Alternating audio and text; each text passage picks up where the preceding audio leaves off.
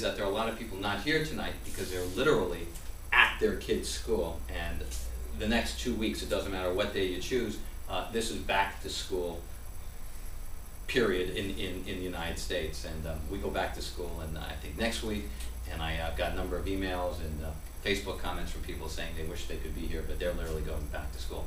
So for those of you who are here, this is back to school, and it literally is back to school because many of the things that we all have assumed, many of the things that we actually learned in school, whether it was in elementary school, in high school, in college, has to be completely reevaluated based on fundamental assumptions that no longer exist within the economy.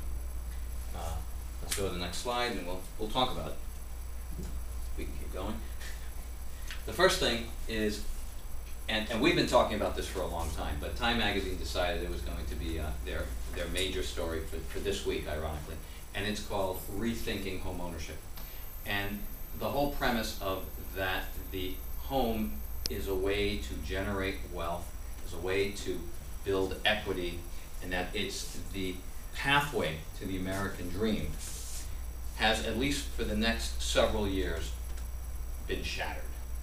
And the reason I say that is that the American dream of home ownership, in many cases, has become this ongoing, enduring nightmare.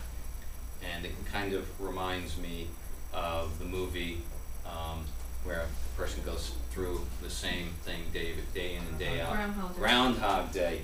And to some extent, we're experiencing that in the sense of certain government programs that just continue to not serve our clients, banks that continue to not be cooperative with individual homeowners, and it's just going through the same scenario every day. The only difference is this is not a comedy, and we don't have Bill Murray to lighten up our day.